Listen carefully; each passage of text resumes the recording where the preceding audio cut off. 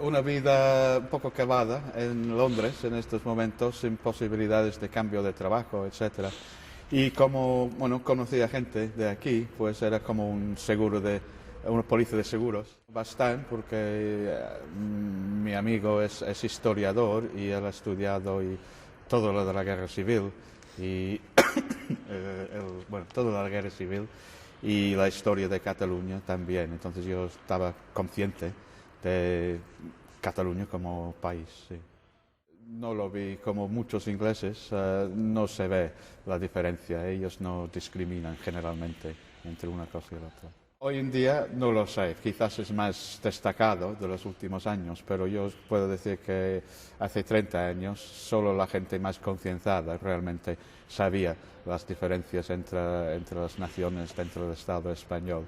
No puedo definir un país normal porque yo si quiero un país diferente, un país no, tiene que ser para mí excepcional más que normal, porque la normalidad como lo vivimos hoy en día, pues no es una cosa muy positiva con todo lo que está pasando en el Estado español y en Europa y mira el estado de la crisis. Si esta es la normalidad, para mí un país normal será más de lo mismo, ¿no? Pues yo no estoy en favor de la normalidad, estoy en favor de la excepcionalidad quizá. Poder votar, evidentemente, en esta decisión, porque llevo 30 años aquí, tengo familia, he pagado mis impuestos y multas cuando toca, pero es verdad, en las elecciones generales no tengo voto, como no nacionalizado español, ¿no?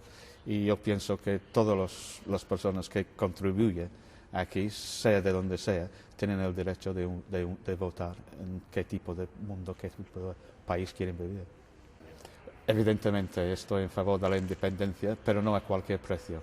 Independencia con derechos sociales por Totón y para la diversidad y para integración y para específicamente cerrar espacios de gente que busca división y busca el odio y discriminación como su forma de identificar con un país. Es normal que un país vulgui decidir el seu futur.